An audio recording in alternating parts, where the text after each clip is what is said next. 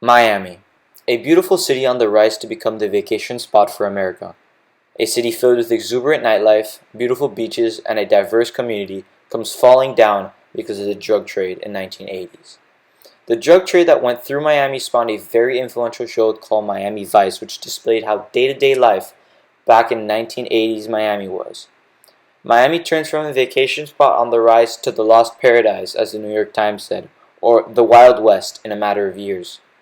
All this begins with a young man by the name of Pablo Escobar, who wants to establish himself as the king of coke. He uses Miami as a link from Medellin to the rest of the US, causing Miami to be rigged with turmoil due to the large importation of drugs. Escobar was able to transport so much by working with Carlos Leder, who used his fleet of planes to transport drugs into the US and bring back cash to Colombia. This flood of drugs raised eyebrows in the community and causes low-income individuals to become interested in this easy, quick form of gaining money.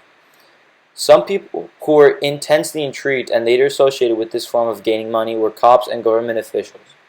At the end of the Liberty City riots, Miami was left staggering. In order to increase safety in the city, the police force swelled from 661 officers to slightly more than 1,000. As desperation grew, people that under usual circumstances wouldn't be hired were accepted to the police force, paving the way for more corruptible officers. By 1988, 100, or 10%, of the 1,060 policemen in the Miami police force were being investigated for drug-related corruption, and nearly another 100 more faced further investigation. The cocaine trade brought in millions of dollars to powerful drug lords, who in turn could use that money to bribe officers into not arresting them. As the tremendous payoffs being offered to cops became too great to ignore, many officers accepted these bribes. In addition to making money by accepting bribes, some officers chose to partake in the drug trade themselves, most notably in the Miami River Cop scandal. In this incident, 17 officers were accused of seizing illegal cocaine and then selling.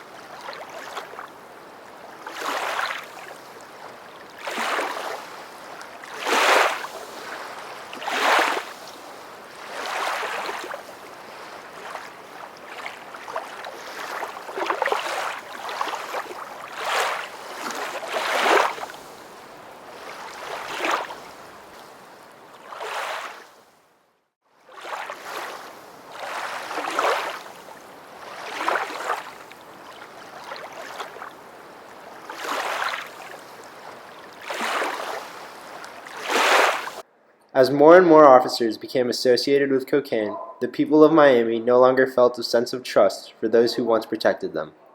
As the media began to adopt Miami police corruption as a headline story, negative publicity began to center around Miami.